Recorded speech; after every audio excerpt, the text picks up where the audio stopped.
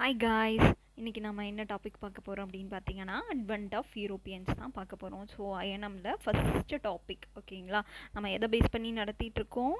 Group 1 main சிலபஸை focus பண்ணி ஐஎன்எம்மை cover பண்ணிகிட்ருக்கோம். ஸோ இது வந்து மெயினாக குரூப் 1, குரூப் 2, குரூப் 4 ஆஸ்பிரண்ட்ஸ்க்கு ஒரு ஹெல்ப்ஃபுல்லான வீடியோஸ். நான் இங்கே உங்களுக்கு கான்செப்ஷுவலை தெளிவாக கொடுத்துருவேன். ஸோ இங்கிலீஷில் நோட்ஸ் இருக்கும், தமிழில் நான் சொல்லுவேன், நீங்கள் அப்படியே அதை வந்து ரோட் பண்ணிகிட்டே வாங்க சரிங்களா. ஸோ அட்வென்ட் ஆஃப் யூரோப் ஸ்க்ராட்ச்லேருந்து நம்ம கொண்டு போக போகிறோம் ஓகேங்களா. ஸோ அட்வென்ட் ஆஃப் யூரோப்ஸ் வந்து பார்த்தீங்க அப்படின்னா எதுக்கு வந்து நம்ம மெயினாக படிக்கிறோம் அப்படின்றத தெரிஞ்சுக்கணும் ஓகேங்களா. ஸோ அட்வென்ட் ஆஃப் யூரோப்ஸ் எதுக்கு படிக்கிறோம் அப்படின்னா, நான் எக்ஸாம் கிளியர் பண்ண படிக்கிறேன் அப்படின்றத தாண்டி எதுக்காக இந்த சிலபஸில் வச்சுருக்காங்க அப்படின்றத மெயினாக புரிஞ்சுக்கணும் சரிங்களா. ஸோ நம்ம எல்லா விஷயங்களையுமே தெரிஞ்சுக்கணும் அப்படின்றதுக்காக தான் இந்த சிலபஸை வந்து ஃப்ரேம் பண்ணியிருக்காங்க. ஸோ ஐஎன்எம்லேயும் அப்படி தான். ஸோ நம்ம ஓவராலாக எல்லா நாலேஜையும் நம்ம இந்த எக்ஸாம் கிளியர் பண்ணும் போது நம்மக்கிட்ட இருக்கணும் அப்படின்றது தான் விஷயமாக இருக்குது. ஸோ அதில் நம்ம அட்வென்ட் ஆஃப் யூரோப் மூலமாக என்ன விஷயங்கள் தெரிஞ்சுக்க போகிறோம் அப்படின்னா, இந்தியாவுக்கு எந்தெந்த யூரோப்பியன் கண்ட்ரீஸ் வந்தாங்க, அவங்க வந்து இந்தியாஸை ஒரு ட்ரேடு மூலமாக ஒரு இந்தியா அப்படின்ற கண்ட்ரியை எப்படி அட்மினிஸ்ட்ரேட் பண்ணி அக்குப்பை பண்ணாங்க அப்படின்ற எல்லா விஷயத்தையும் இந்த அட்வென்ட் ஆஃப் யூரோப் மூலமாக நம்ம பார்ப்போம் சரிங்களா. ஸோ அட்வென்ட் ஆஃப் யூரோப்பியன்ஸில் முதல்ல நம்ம பார்க்குறது இன்றைக்கி பார்த்தீங்க அப்படின்னா ஒரு ஸ்மாலான இன்ட்ரடக்ஷனான வீடியோ. ஸோ நம்ம எப்படி படிக்க போகிறோம், என்ஜாய் பண்ணி படிக்க போகிறோம் சரிங்களா. ஸோ எக்ஸாம் வரட்டும், கொஷின் வரட்டும், அதெல்லாம் பின்னாடி பார்த்துக்கலாம் சரிங்களா. நாம் என்ன பண்ண போகிறோம், லேர்ன் பண்ணிக்க போகிறோம். அந்த மைண்ட் செட்டில் எப்பயுமே படிக்க பழகுங்க சரிங்களா. ஸோ நான் இன்றைக்கி ஏதாவது ஒரு விஷயம் புதுசாக தெரிஞ்சுக்க போகிறேன் அப்படின்ற மைண்ட் செட்டில் படிங்க சரிங்களா. ஸோ அப்போ தான் நம்மளுக்கு அதை அப்ளை பண்ணும் போது ரொம்ப ஹெல்ப்ஃபுல்லாகவும் ஈஸியாகவும் இருக்கும். ஸோ நான் இந்த டாபிக் படிக்கணும் அப்படின்னு ஸ்ட்ரெஸ் பண்ணி தயவு செஞ்சு படிக்காதீங்க. ஒவ்வொரு நாளும் நீங்கள் ஒவ்வொரு டாபிக் படிக்கும் போது நான் இன்றைக்கி ஏதாவது ஒரு விஷயத்த புதுசாக கற்றுக்க போகிறேன், லேர்ன் பண்ணிக்க போகிறேன் அப்படின்ற மைண்ட் செட்டில் படிங்க சரிங்களா. ஸோ நாம் இன்றைக்கி என்ன லேர்ன் பண்ணிக்க போகிறோம், அட்வென்ட் ஆஃப் யூரோப்ஸில் ஒரு ஸ்மாலான ஒரு இன்ட்ரடக்ஷன் வீடியோவை நம்ம பார்க்க போகிறோம் சரிங்களா. ஸோ அட்வென்ட் ஆஃப் யூரோப் இதில் என்ன விஷயங்கள், யார் யாரெல்லாம் யூரோப்பியன்ஸ் இந்தியாவுக்கு வந்தாங்க அப்படின்றத தான் நான் உங்களுக்கு கொடுக்க போகிறேன். So based on factual. First நம்ம எப்பயுமே என்ன பண்ணணும், டிஎன்பிஎஸ்சி அப்படின்னா ஃபேக்ட்டு தான். ஃபேக்டில் நீங்கள் ஸ்ட்ராங்காக இருந்தீங்க அப்படின்னா குரூப் 4லேருந்து குரூப் 1 வரையும் தட்டி தூக்கிடலாம். ஸோ ஃபேக்சுவல்ஸ் அப்படின்றது நம்ம கிளாஸில் அப்படியே தரமாக நம்ம கொடுத்துருவோம் சரிங்களா. ஸோ இன்றைக்கி நம்ம அட்வென்ட் ஆஃப் யூரோப்பில் யார் யார் வந்தால் எப்பப்போ இந்தியாவை விட்டு போனாங்க அப்படின்றத நம்ம பார்ப்போம். அப்புறம் போர்ச்சுகீஸோட ஒரு ஸ்மாலான இன்ட்ரடக்ஷன் வீடியோஸ் வந்து பார்க்குறோம்.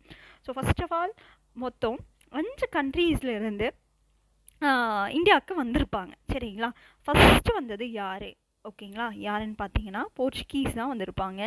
ஸோ போர்ச்சுகீஸ் வந்து பார்த்தீங்கன்னா 1498 இருந்து 1961 இந்த பீரியடில் தான் போர்ச்சுகீஸ் வந்திருப்பாங்க சரிங்களா. ஸோ அடுத்தது அவங்கள தொடர்ந்து யார் வந்தால் டச்சு வந்திருப்பாங்க சரிங்களா. ஸோ டச்சு வந்து பார்த்திங்கன்னா 1602 இருந்து 1795 வரைக்கும் டச்சு வந்து இந்தியாவில் இருந்திருப்பாங்க சரிங்களா. ஸோ அடுத்தது தான் முக்கியமான வில்லன் யார், நம்ம பிரிட்டிஷ் ஓகேங்களா. பிரிட்டிஷ் வந்து பார்த்தீங்க அப்படின்னா 1600 இருந்து 1947 வரைக்கும் இந்தியாவில் இருந்திருப்பாங்க சரிங்களா. ஸோ அடுத்தது நம்ம டேனிஷ். ஸோ இவங்க கொஞ்ச காலம் தான் இருந்திருப்பாங்க டேனிஷ். ஸோ டேனிஷ் வந்து பார்த்திங்கன்னா 1616 இருந்து 1845 வரைக்கும் இருந்திருப்பாங்க சரிங்களா. ஸோ அடுத்தது கடைசியாக தான் ஃப்ரெஞ்சு. இந்தியாவுக்கு வந்து கடைசி ஐரோப்பியர்கள் அப்படின்னு பார்த்தீங்கன்னா அது ஃப்ரெஞ்சுக்காரர்கள் தான். ஸோ ஃப்ரெஞ்சு வந்து பார்த்திங்கன்னா 1664 இருந்து 1961 வரைக்கும் சரிங்களா. ஸோ இந்த இயர்ஸ் அப்படின்றது ரொம்ப ரொம்ப ரொம்ப ரொம்ப முக்கியமான ஒரு விஷயமா இருக்குது சரிங்களா. ஸோ பெண்ணு கொஞ்சம் பெருசாக இருக்குது, ஒன் செகண்ட். ஓகே, மொத்தம் எத்தனை பேர் வந்திருக்காங்க, இது இல்லாமல் ஸ்வீடன்லேருந்து வந்திருப்பாங்க. ஸோ அது வந்து அது ரொம்ப முக்கியம் கிடையாது, அதை நான் கொஞ்சம் பின்னாடி கொடுக்குறேன் சரிங்களா. ஸோ யார் யார் வந்திருக்கா, அட்வென்ட் ஆஃப் யூரோப்பில் மொத்தம் 5 பேர் வந்திருக்காங்க. ஓகேங்களா? போர்ச்சுகீஸ் எப்போங்க 1498லேருந்து 1961 வரைக்கும். சரிங்களா? டச்சு வந்திருக்காங்க. டச் வந்து 1602லேருந்து 1795 வரைக்கும். பிரிட்டிஷ் வந்து பார்த்தீங்க அப்படின்னா 1600லேருந்து 1947 வரைக்கும். டேனிஷ் அப்படின்றவங்க 1660லேருந்து 1845 வரைக்கும் இருந்திருக்காங்க. ஃப்ரெஞ்சு தான் கடைசியான கண்ட்ரி இந்தியாவுக்கு வந்தது 1664 டு 1961. ஓகேங்களா? ஸோ நாம் இன்றைக்கி நம்ம பார்க்கக்கூடிய டாபிக் யார் பார்த்தீங்கன்னா, சும்மா ஒரு ஜஸ்ட் ஒரு இன்ட்ரோ மட்டும் நான் கொடுக்குறேன். போர்ச்சுகீஸ். ஓகேவா? போர்ச்சுகீஸில் முக்கியமாக என்னென்ன படிக்க போகிறோம் அப்படின்றத நம்ம தெரிஞ்சுக்கணும். ஸோ அட்வென்ட் ஆஃப் யூரோப்பில் நம்ம யாரை பற்றி பார்க்க போகிறோம் அப்படின்றத நான் சொல்லிட்டேன். Portuguese, Dutch, British, Danish, French. So அதில் ஒவ்வொருத்தராக நம்ம தெளிவாக ஃபுல்லாக பார்த்துட்டு போவோம். போர்ச்சுகீஸ்னால் என்ன பண்ணாங்க, எங்கே வந்தாங்க, எப்படி இந்தியாவை கண்டுபிடிச்சாங்க அப்படின்ற எல்லா விஷயத்தையும் 1 by 1 பார்த்துட்டு போவோம். ஸோ நம்ம எப்படி எந்த மைண்ட் செட்டில் படிக்கணும், லேர்னிங் மைண்ட் செட்டில் படிக்கணும். சரிங்களா? நான் ஏதாவது ஒரு விஷயத்த புதுசாக தெரிஞ்சுக்க போகிறேன் அந்த கான்செப்டில் படிக்கணும். சரிங்களா? ஸோ போர்ச்சுகீஸ் எப்போ வந்தாங்க? 1498லேருந்து 1961. எதுக்கு நான் இயர்ஸை இத்தனை டைம் சொல்கிறேன் அப்படின்னா, இயர் பேஸ்டு கொஷின்ஸ் தான் டிஎன்பிஎஸ்சியில் நிறைய வரும். சரிங்களா? அதில் நம்ம ஸ்ட்ரகிளே ஆகக்கூடாது. ஓகேவா? ஸோ போர்ச்சுகீஸில் நம்ம என்ன பார்க்க போகிறோம்? ஃபர்ஸ்ட் ஆஃப் ஆல் எப்படி இந்தியாவுக்கு வந்தாங்க அப்படின்றத பார்ப்போம். ஸோ நம்மளுக்கு தெரியும் இந்தியாவுக்கு கப்பல் மூலமாக வந்தாங்க அப்படின்றது நம்மளுக்கு தெரியுமா? ஸோ கப்பலில் வந்தவங்கள என்னன்னு சொல்லுவாங்க? மாலுமிகள்னு சொல்லுவாங்களா? என்னன்னு சொல்கிறாங்க? இந்தியாவுக்கு எப்படி யூரோப்பியன்ஸ் வந்தாங்க? எல்லாருமே கப்பல் மூலமாக வந்தாங்க. ஸோ கப்பலில் வரக்கூடிய அந்த கேப்டன் பேர் என்னன்னு சொல்லுவாங்க? மாலுமிகள் அப்படின்னு சொல்லுவாங்களா? செயிலர்ஸ். ஓகேவா?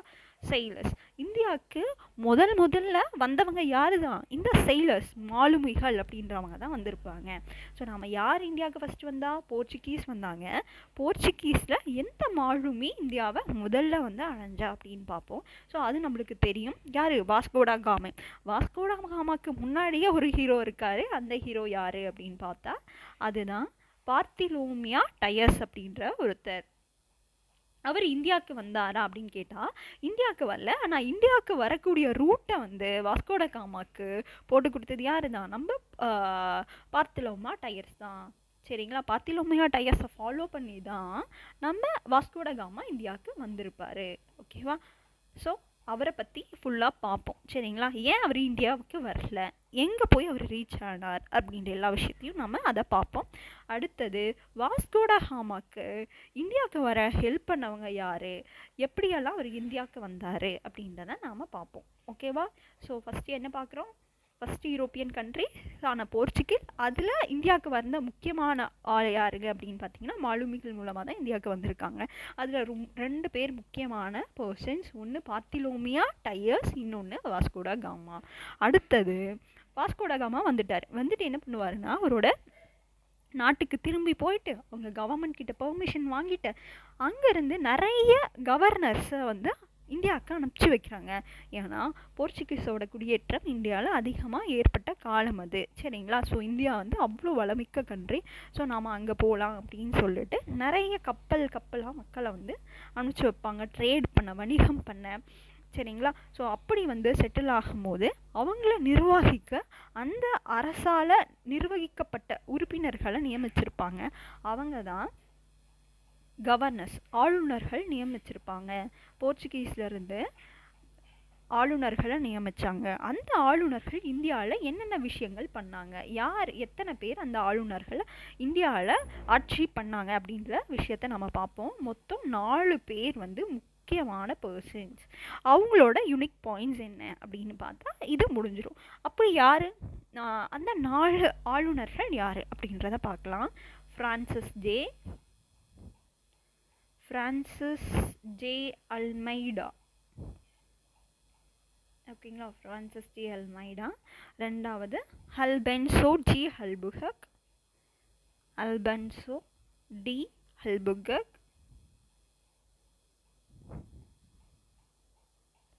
அடுத்தது வந்து பார்த்தீங்கன்னா நியோ டி கொன்கா. நெக்ஸ்ட் வந்து ஆண்டனியோ டி நொரன்கா. ஸோ இவங்க தான் இம்பார்ட்டண்டான அந்த 4 கவர்னர்ஸ். சரிங்களா? ஸோ அவங்களோட யூனிக் பாயிண்ட்ஸ் என்ன அப்படின்றத நம்ம பார்ப்போம். சரிங்களா? ஸோ கடைசியாக போர்ச்சுகீஸோட கடைசியாக என்ன விஷயம் அப்படின்னா, இவங்களாம் வந்து செட்டில் ஆயிட்டாங்க. இவங்க இந்தியாவை விட்டு எப்போ போகிறாங்க அப்படின்றத கன்க்ளூஷனாக நம்ம பார்ப்போம். சரிங்களா? ஸோ இது வந்து இப்போ பார்த்த விஷயங்கள் மட்டுமே நான் சொன்னேன்னா செயலர்ஸ்க்கு அப்புறம் கவர்னர்ஸோட இம்பார்ட்டன்ட் பாயிண்ட்ஸ் பார்ப்போம். அண்ட் தென் எப்படி வெளியே போனாங்க.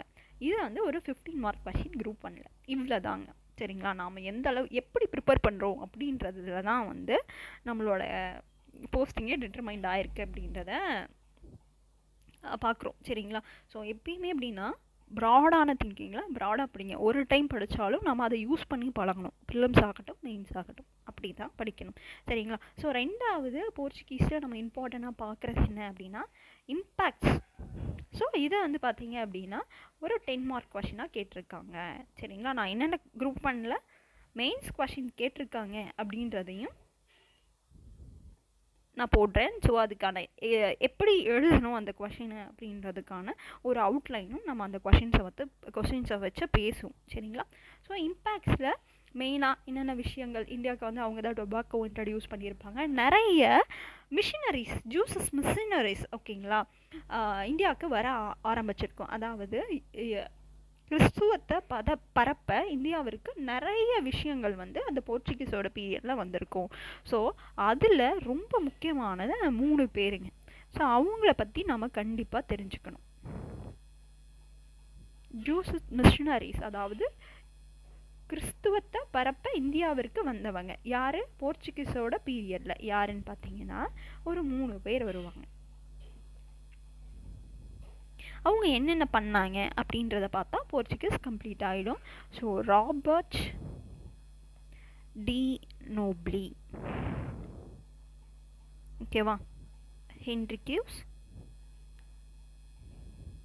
அடுத்தது வந்து பார்த்தீங்கன்னா செயின்ட் ஃப்ரான்சிஸ் சேவியர்.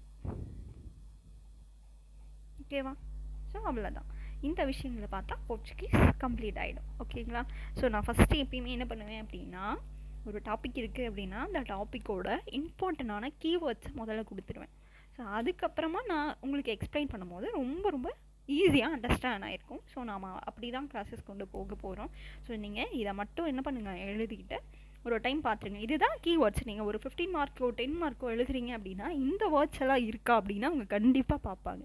ஓகேங்களா? ஸோ கீவேர்ட்ஸ் ஃபஸ்ட் பார்த்துறோம், அப்புறம் கான்செப்ட் பின்னாடியே பார்க்குறோம். ஸோ அப்புறம் ரெண்டுத்தையும் இன்டர்லிங்க் பண்ணி ரிவைஸ் பண்ணும். ஸோ அவ்வளோதான் கான்செப்ட்டு. ஸோ இன்றைக்கி அட்வென்ட் ஆஃப் யூரோப்பில் ஒரு ஸ்மாலான குட்டியான இன்ட்ரடக்ஷன் வீடியோ பார்த்துருக்கோம். ஸோ நாளைக்கு டீட்டெயிலாக ஸ்டார்ட் பண்ணிடலாம். Okay, thank you for all.